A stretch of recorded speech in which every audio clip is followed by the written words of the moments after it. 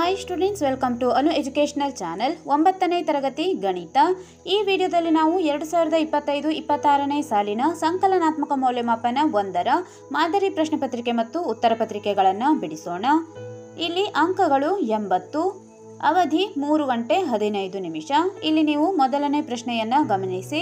ಈ ಕೆಳಗಿನ ಪ್ರಶ್ನೆಗಳಿಗೆ ಸರಿಯಾದ ಉತ್ತರವನ್ನು ಕ್ರಮಾಕ್ಷರದೊಂದಿಗೆ ಆರಿಸಿ ಬರೆಯಿರಿ. ಇಲ್ಲಿ 8 ಪ್ರಶ್ನೆಗಳನ್ನು ಕೇಳಲಾಗುತ್ತದೆ. ಪ್ರತಿಯೊಂದಕ್ಕೂ ಒಂದೊಂದು ಅಂಕಗಳು, ಒಟ್ಟು ಅಂಕಗಳು 8. ಇಲ್ಲಿ ಮೊದಲನೆಯದಾಗಿ ನೀವು ಗಮನಿಸಬಹುದು, ಈ ಕೆಳಗಿನವುಗಳಲ್ಲಿ ಯಾವುದು ಭಾಗಲಬ್ಧ ಸಂಖ್ಯೆ ಎಂದು ಕೇಳುತ್ತಿದ್ದಾರೆ. ಇವುಗಳಲ್ಲಿ ನೀವು ಭಾಗಲಬ್ಧ ಸಂಖ್ಯೆಯನ್ನು ಆರಿಸಿ ಬರೆಯಬೇಕು. ನಂತರ √5 + √3ರ ಅಕರಣೀಕಾರಕವು ಯಾವುದು ಎಂದು ಇಲ್ಲಿ ಬರೆಯಬೇಕಾಗಿದೆ. ಸರಿಯಾದ ಉತ್ತರವನ್ನು ಆರಿಸಿ ಬರೆಯಬೇಕು. 9x² + 4x - 6 ಈ ಬಹುಪದೋಕ್ತಿಯಲ್ಲಿನ x² ಸಹಗುಣಕ. ಇಲ್ಲಿ x² ಸಹಗುಣಕವನ್ನು ನೀವು ನೋಡಬಹುದು. x² 9ರ ಜೊತೆಗಿದೆ, ಆದ್ದರಿಂದ ಇಲ್ಲಿ x² ಸಹಗುಣಕ 9. 4ನೇ ಪ್ರಶ್ನೆ, 5x⁻7 + 2x⁻3 - 4x + 10 ಈ ಬಹುಪದೋಕ್ತಿಯ ಮಹತ್ತಮ ಘಾತವು. ಇಲ್ಲಿ ಮಹತ್ತಮ ಘಾತ ಎಂದರೆ x ನ ಘಾತ ಅಧಿಕವಾಗಿರುವ ಸಂಖ್ಯೆಯನ್ನು ನಾವು ಬರೆಯಬೇಕು. ಇಲ್ಲಿ ಮಹತ್ತಮ ಘಾತವನ್ನು ನೀವು ನೋಡಬಹುದು. x⁻7 ಇದು ದೊಡ್ಡ ಸಂಖ್ಯೆಯಾಗಿದೆ, ಆದ್ದರಿಂದ ಇಲ್ಲಿ ಘಾತ ಸಂಖ್ಯೆ 7ಅನ್ನು ನೀವು ಉತ್ತರವೆಂದು ಬರೆಯಬೇಕು. ಉತ್ತರ D 7. ಮೂಲ ಬಿಂದುವಿನ ನಿರ್ದೇಶಾಂಕಗಳು. ಇಲ್ಲಿ A B C D ಇಲ್ಲಿ 4 ಆಯ್ಕೆಗಳನ್ನು ಕೊಟ್ಟಿದ್ದಾರೆ. ಮೂಲ ಬಿಂದು ಎಂದರೆ ನೀವು ಮೊದಲನೇ ಸಂಖ್ಯೆ 0ಯನ್ನು ಗಮನಿಸಬೇಕಾಗುತ್ತದೆ. ಆದ್ದರಿಂದ ಇಲ್ಲಿ ಉತ್ತರ 0 ಮತ್ತು 0 ಸಿ ಉತ್ತರವಾಗುತ್ತದೆ. x ಮತ್ತು y ಎರಡು ಚರಾಕ್ಷರವುಳ್ಳ ರೇಖಾತ್ಮಕ ಸಮೀಕರಣದ ಸಾಮಾನ್ಯ ರೂಪ. x ಮತ್ತು y ಎರಡು ಚರಾಕ್ಷರವುಳ್ಳ ರೇಖಾತ್ಮಕ ಸಮೀಕರಣದ ಸಾಮಾನ್ಯ ರೂಪವನ್ನು ನೀವು ಈ ರೀತಿಯಾಗಿ ಬರೆಯಬೇಕು. ಇಲ್ಲಿ x ಮತ್ತು y ಎರಡನ್ನೇ ಕೊಟ್ಟಿದ್ದಾರೆ, ಆದ್ದರಿಂದ b ಆಗಿ ax + by + c = 0. ಇಲ್ಲಿ b ಉತ್ತರವು ಸರಿಯಾಗಿದೆ. 7ನೇ ಪ್ರಶ್ನೆ, ಈ ಕೆಳಗಿನ ಗಣಿತದ ಯಾವ ಕಲ್ಪನೆಗೆ ಸಾಧನೆಯ ಅವಶ್ಯಕತೆ ಇದೆ? ಇಲ್ಲಿ ಪ್ರಮೇಯ, ಸ್ವಯಂ ಸಿದ್ಧ, ವ್ಯಾಖ್ಯಾನ ಮತ್ತು ಆಧಾರ ಪ್ರತಿಜ್ಞೆ ಎಂದು ಕೊಟ್ಟಿದ್ದಾರೆ. ಇವುಗಳಲ್ಲಿ ಯಾವುದು ಎಂಬುದನ್ನು ನೋಡಿಕೊಳ್ಳಿ. ಪ್ರಶ್ನೆ ನಂಬರ್ 8, 2 ರೇಖೆಗಳು ಪರಸ್ಪರ ಛೇದಿಸಿದರೆ ಶೃಂಗಾಭಿಮುಖ ಕೋನಗಳು ಯಾವಾಗಲೂ?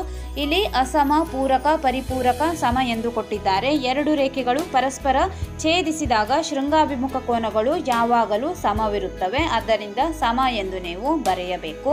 ಪ್ರಶ್ನೆ ನಂಬರ್ 2 ಗಮನಿಸಿ. ಈ ಕೆಳಗಿನ ಪ್ರಶ್ನೆಗಳಿಗೆ ಒಂದು ವಾಕ್ಯದಲ್ಲಿ ಉತ್ತರಿಸಿ. ಇಲ್ಲಿ 8 ಪ್ರಶ್ನೆಗಳನ್ನು ಕೊಡಲಾಗುತ್ತದೆ. ಪ್ರತಿಯೊಂದಕ್ಕೂ ಒಂದೊಂದು ಅಂಕಗಳು, ಒಟ್ಟು ಅಂಕಗಳು 8 ಆಗಿದೆ. ಇಲ್ಲಿ ಕೊಟ್ಟಿರುವಂತಹ ಪ್ರಶ್ನೆಗಳಿಗೆ ನೀವು ಒಂದು ವಾಕ್ಯದಲ್ಲಿ ಉತ್ತರಿಸಬೇಕು. ಏಕರೇಖಾಗತ ಬಿಂದುಗಳನ್ನು ವ್ಯಾಖ್ಯಾನಿಸಿ ಎಂದು ಕೊಟ್ಟಿದ್ದಾರೆ. ಇಲ್ಲಿ ರೇಖಾಗತ ಬಿಂದುವಿನ ವ್ಯಾಖ್ಯೆಯನ್ನು ಬರೆದುಕೊಳ್ಳಿ. ಪ್ರಶ್ನೆ ನಂಬರ್ 10, m+n ಮತ್ತು m-n ಇವುಗಳ ಗುಣಲಬ್ಧ ಬರೆಯಿರಿ ಎಂದು ಕೊಟ್ಟಿದ್ದಾರೆ. ಈಗ ಇಲ್ಲಿ ನೀವು m+n ಇದೆ, m ನಿಂದ m-n ಅನ್ನು ಗುಣಿಸಿ, ಇನ್ನೊಮ್ಮೆ n ನಿಂದ m-n ಅನ್ನು ಗುಣಿಸಿ ಗುಣಲಬ್ಧವನ್ನು ಕಂಡುಹಿಡಿದು ಬರೆಯಿರಿ. ಪ್ರಶ್ನೆ ನಂಬರ್ 11ರಲ್ಲಿ ಸರಳ ಯುಗ್ಮದ ಒಂದು ಕೋನವು 75 ಡಿಗ್ರಿ ಆದರೆ ಇನ್ನೊಂದು ಕೋನದ ಅಳತೆಯನ್ನು ಬರೆಯಿರಿ. ಇಲ್ಲಿ ಸರಳ ಯುಗ್ಮದ ಕೋನ 75 ಡಿಗ್ರಿ ಆದರೆ ಎಂದು ಕೊಟ್ಟಿದ್ದಾರೆ. ಸರಳ ಯುಗ್ಮಗಳು ಎಂದರೆ ಇಲ್ಲಿ 180 ಡಿಗ್ರಿಗೆ ಸಮನಾಗಿರಬೇಕು. ಇಲ್ಲಿ 180ರಲ್ಲಿ 75 ಡಿಗ್ರಿಯನ್ನು ಕಳೆಯಿರಿ, ಆಗ ನೀವು ಇನ್ನೊಂದು ಕೋನದ ಅಳತೆಯನ್ನು ಕಂಡುಹಿಡಿಯಬಹುದು. 6√5 ಅನ್ನು 2√5ರಿಂದ ಗುಣಿಸಿ. ಇಲ್ಲಿ ಈ ಎರಡು ಸಂಖ್ಯೆಗಳನ್ನು ಗುಣಿಸಿ ಬರೆಯಬೇಕು. ಇಲ್ಲಿ 6 12 ಬರುತ್ತದೆ. √5 ಮತ್ತು √5 ಗುಣಿಸಿದಾಗ ಇಲ್ಲಿ ಈ ಎರಡು ರೂಟ್ಗಳು ಕ್ಯಾನ್ಸಲ್ ಆಗಿ 5 ಮಾತ್ರ ಉಳಿಯುತ್ತದೆ. ಆದ್ದರಿಂದ ಇಲ್ಲಿ 6 12 ಬರುತ್ತದೆ ಮತ್ತು ಇಲ್ಲಿ √5 ಕ್ಯಾನ್ಸಲ್ ಮಾಡಿದಾಗ 5 ಬಂದಿದೆ. ಈ ರೀತಿಯಾಗಿ ನೀವು ಗುಣಿಸಿ ನೋಡಿಕೊಳ್ಳಿ. ಯೂಕ್ಲಿಡ್ನ ಯಾವುದಾದರೂ ಒಂದು ಆಧಾರ ಪ್ರತಿಜ್ಞೆ ಬರೆಯಿರಿ. ಇಲ್ಲಿ ಯಾವುದಾದರೂ ಒಂದು ಆಧಾರ ಪ್ರತಿಜ್ಞೆಯನ್ನು ನೀವು ಬರೆಯಬೇಕು. ಒಂದು ರೇಖೆಯು ಹೊಂದಿರುವ ಆಯಾಮಗಳ ಸಂಖ್ಯೆ ಎಷ್ಟು? ಇಲ್ಲಿ ಒಂದು ರೇಖೆಯು ಹೊಂದಿರಬಹುದಾದಂತಹ ಆಯಾಮಗಳ ಸಂಖ್ಯೆ ಎಷ್ಟು ಎಂದು ಬರೆಯಬೇಕಾಗಿದೆ. ಇಲ್ಲಿ ಒಂದು ರೇಖೆ ಹೊಂದಿರುವ ಆಯಾಮಗಳ ಸಂಖ್ಯೆ 2 ಆಗಿರುತ್ತದೆ. 15ನೇ ಪ್ರಶ್ನೆ, -4 -1 ಬಿಂದು ನಕ್ಷೆಯು ಯಾವ ಚತುರ್ಥಕದಲ್ಲಿರುತ್ತದೆ? ಇಲ್ಲಿ ಚಿಕ್ಕದಾಗಿ ಒಂದು ನಕ್ಷೆಯನ್ನು ಬಿಡಿಸಿಕೊಂಡು ಯಾವ ಚತುರ್ಥಕದಲ್ಲಿ ಇರಬಹುದು ಎಂಬುದನ್ನು ಕಂಡುಕೊಳ್ಳಿ. ಪ್ರಶ್ನೆ ನಂಬರ್ 16, 5x = 2y + 2 ಈ ಸಮೀಕರಣವು ax + by + c = 0 ರೂಪದಲ್ಲಿ ಬರೆಯಿರಿ ಎಂದು ಹೇಳಿದ್ದಾರೆ. ಇಲ್ಲಿ ax ಇಲ್ಲಿ 5x ಬರೆದುಕೊಳ್ಳಿ, ಪ್ಲಸ್ by ಇದೆ, ಇಲ್ಲಿ ಪ್ಲಸ್ 2y +2 = 0 ಈ ರೀತಿಯಾಗಿ ನೀವು ಬರೆಯಬೇಕು. ಅಂದರೆ ಇಲ್ಲಿ 5x 2y ಅನ್ನು ನೀವು ಈಕ್ವಲ್ಸ್ ಟು ಚಿಹ್ನೆಯ ಬಲಬದಿ ತರಬೇಕಾಗಿದೆ. -2y ಆಯಿತು ಮತ್ತು +2 ಇರುವುದು ಕೂಡ -2 ಆಗುತ್ತದೆ. ಆದ್ದರಿಂದ 5x - 2y -2 = 0 ಆಗುತ್ತದೆ. ಮೂರನೇ ಪ್ರಶ್ನೆಯಲ್ಲಿ ಈ ಕೆಳಗಿನ ಪ್ರಶ್ನೆಗಳಿಗೆ ಉತ್ತರಿಸಿ. ಇಲ್ಲಿ 8 ಪ್ರಶ್ನೆಗಳನ್ನು ಕೇಳಲಾಗುತ್ತದೆ. ಪ್ರತಿಯೊಂದಕ್ಕೂ 2 ಅಂಕಗಳು. ಈಗ ಪ್ರಶ್ನೆಗಳನ್ನು ಗಮನಿಸಿ. ಇಲ್ಲಿ ಒಟ್ಟು ಅಂಕಗಳು 16 ಆಗಿವೆ. 17ನೇ ಪ್ರಶ್ನೆ, 1 ಮತ್ತು 2ರ ನಡುವಿನ 4 ಭಾಗಲಬ್ಧ ಸಂಖ್ಯೆಗಳನ್ನು ಕಂಡುಹಿಡಿಯಿರಿ. ಇಲ್ಲಿ 4 ಭಾಗಲಬ್ಧ ಸಂಖ್ಯೆಗಳನ್ನು ನೀವು ಬರೆಯಬೇಕು. ಪ್ರಶ್ನೆ ನಂಬರ್ 18ರಲ್ಲಿ ಡಿಗ್ರಿ 35 ಆಗಿರುವ ದ್ವಿಪದೋಕ್ತಿಗೆ ಮತ್ತು ಡಿಗ್ರಿ 100 ಆಗಿರುವ ಏಕಪದೋಕ್ತಿಗೆ ಒಂದೊಂದು ಉದಾಹರಣೆಯನ್ನು ಕೊಡಿ ಎಂದು ಹೇಳಿದ್ದಾರೆ. ನೀವು ಯಾವುದಾದರೂ ಒಂದು ಡಿಗ್ರಿ 35 ಆಗಿರುವಂತೆ, ಉದಾಹರಣೆಗೆ 100ರ ಘಾತ 35 ಎಂದು ಬರೆದಾಗ ಆಗ ಅಲ್ಲಿ ಡಿಗ್ರಿ 35 ಆಗಿರುವ ಒಂದು ದ್ವಿಪದೋಕ್ತಿಯನ್ನು ಬರೆಯಬಹುದು. ದ್ವಿಪದೋಕ್ತಿ ಅಂದರೆ ಇಲ್ಲಿ ನೀವು 2 ಸಂಖ್ಯೆಗಳನ್ನು ತೆಗೆದುಕೊಳ್ಳಬೇಕು. ಇಲ್ಲಿ 100 + x ಘಾತ 35 ಈ ರೀತಿಯಾಗಿ ಬರೆಯಬಹುದು. ಮತ್ತು 100 ಡಿಗ್ರಿ ಆಗಿರುವ ಏಕಪದೋಕ್ತಿ ಬರೆಯುವಾಗ ಇಲ್ಲಿ 2x ಘಾತ 100 ಈ ರೀತಿಯಾಗಿ ಬರೆಯಬಹುದಾಗಿದೆ. 19ನೇ ಪ್ರಶ್ನೆ, ಈ ಕೆಳಗಿನ ಬಿಂದುಗಳು ಯಾವ ಚತುರ್ಥಕ ಅಥವಾ ಅಕ್ಷರದ ಮೇಲೆ ಇರುತ್ತವೆ ಬರೆಯಿರಿ ಎಂದು ಹೇಳಿದ್ದಾರೆ. ಈ 4 ಚತುರ್ಥಕಗಳನ್ನು ಗಮನಿಸಿಕೊಳ್ಳಿ. 20ನೇ ಪ್ರಶ್ನೆಯಲ್ಲಿ ಈ ಪದಗಳನ್ನು ವ್ಯಾಖ್ಯಾನಿಸಿ. ಲಂಬರೇಖೆಗಳು, ರೇಖಾಖಂಡ ಇವುಗಳ ಹೇಳಿಕೆಗಳನ್ನು ಇಲ್ಲಿ ನೀವು ಬರೆಯಬೇಕು. ಅಂದರೆ ಲಂಬರೇಖೆ ಎಂದರೇನು ಮತ್ತು ರೇಖಾಖಂಡ ಎಂದರೇನು ಎಂದು ಇಲ್ಲಿ ವ್ಯಾಖ್ಯಾನಿಸಬೇಕಾಗಿದೆ. 21ನೇ ಪ್ರಶ್ನೆಯಲ್ಲಿ ಸೂಕ್ತ ನಿತ್ಯ ಸಮೀಕರಣ ಬಳಸಿ ಗುಣಲಬ್ಧ ಕಂಡುಹಿಡಿಯಿರಿ. x+4 ಮತ್ತು x+10 ಎಂದು ಕೊಡಲಾಗಿದೆ. ಇಲ್ಲಿ ಸಮೀಕರಣವನ್ನು ಬಳಸಿ ನೀವು ಗುಣಲಬ್ಧವನ್ನು ಕಂಡುಹಿಡಿಯಬೇಕು. ನಕ್ಷೆಗೆ ಸಂಬಂಧಿಸಿದಂತೆ ಈ ಕೆಳಗಿನವುಗಳನ್ನು ಹೆಸರಿಸಿ. ಇಲ್ಲಿ ಅಡ್ಡರೇಖೆ, ಲಂಬರೇಖೆ, 2 ಅಕ್ಷಗಳು ಛೇದಿಸುವ ಬಿಂದು ಇವುಗಳನ್ನು ನೀವು ಇಲ್ಲಿ ನಕ್ಷೆಯನ್ನು ನೋಡಿ ಹೆಸರಿಸಬೇಕಾಗಿದೆ. 4ನೇಯದಾಗಿ ಅಕ್ಷಗಳಿಂದ ವಿಭಾಗಿಸಲಾಗಿರುವ ಸಮತಲದ ಪ್ರತಿಭಾಗ ಇದನ್ನು ಕೂಡ ಬರೆಯಿರಿ. ಪ್ರಶ್ನೆ ನಂಬರ್ 23ರಲ್ಲಿ ಚಿತ್ರದಲ್ಲಿ ಕೋನ PQR = ಕೋನ PRQ ಆದರೆ ಕೋನ PQS = ಕೋನ PRT ಎಂದು ಸಾಧಿಸಿ. ಇಲ್ಲಿ ನೀವು ಸಾಧಿಸಿ ತೋರಿಸಬೇಕು. ಇಲ್ಲಿ ಅಭ್ಯಾಸದಲ್ಲಿ ನಿಮಗೆ ಈ ರೀತಿಯ ಲೆಕ್ಕಗಳನ್ನು ಕೊಡಲಾಗಿದೆ. ಅವುಗಳ ಆಧಾರದ ಮೇಲೆ ಇವುಗಳನ್ನು ಸಾಧಿಸಿ.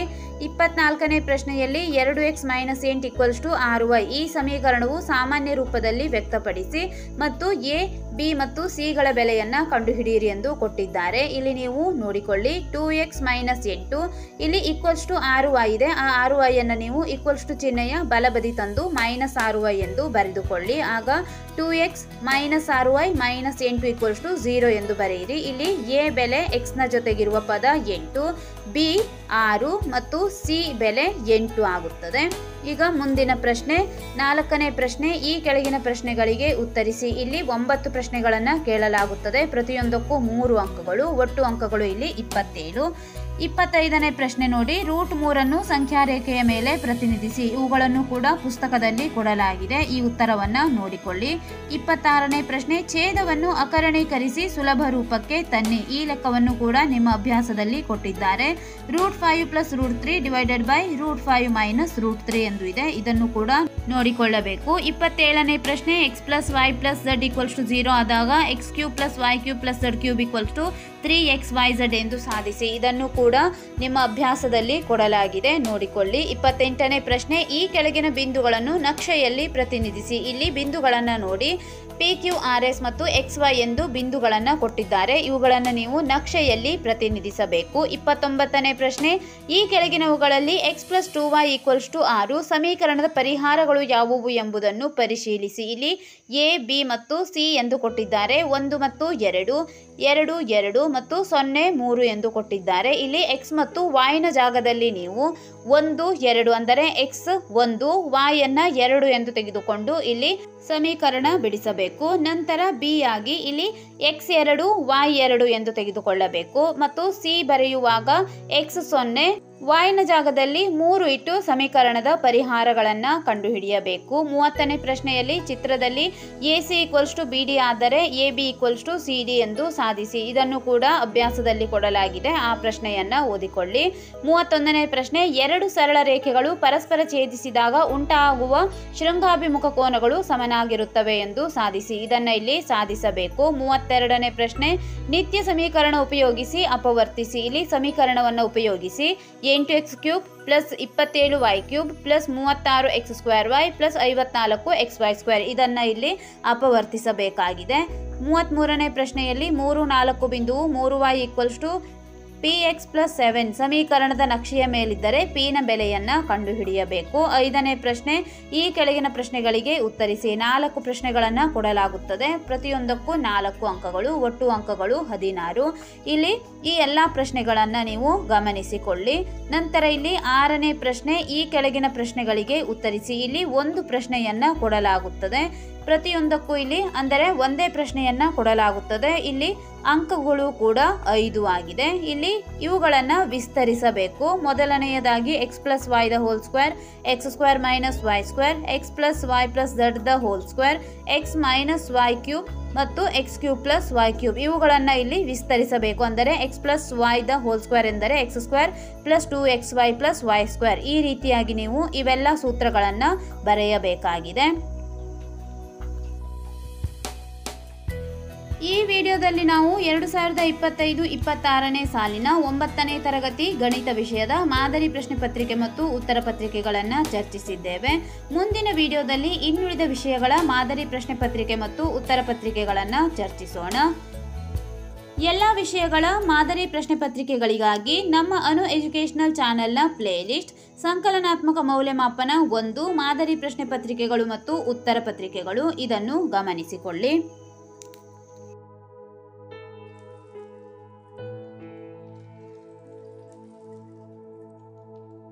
ನಮ್ಮ ಚಾನೆಲ್ನ ಎಲ್ಲ ಹೊಸ ವಿಡಿಯೋಗಳಿಗಾಗಿ ಅನು ಎಜುಕೇಷನಲ್ ಚಾನೆಲ್ನ ಲೈಕ್ ಮಾಡಿ, ಶೇರ್ ಮಾಡಿ, ಸಬ್ಸ್ಕ್ರೈಬ್ ಮಾಡಿ, ಹಾಗೆ ಪಕ್ಕದಲ್ಲಿರುವ ಬೆಲ್ ಐಕಾನ್ ಪ್ರೆಸ್ ಮಾಡಿ.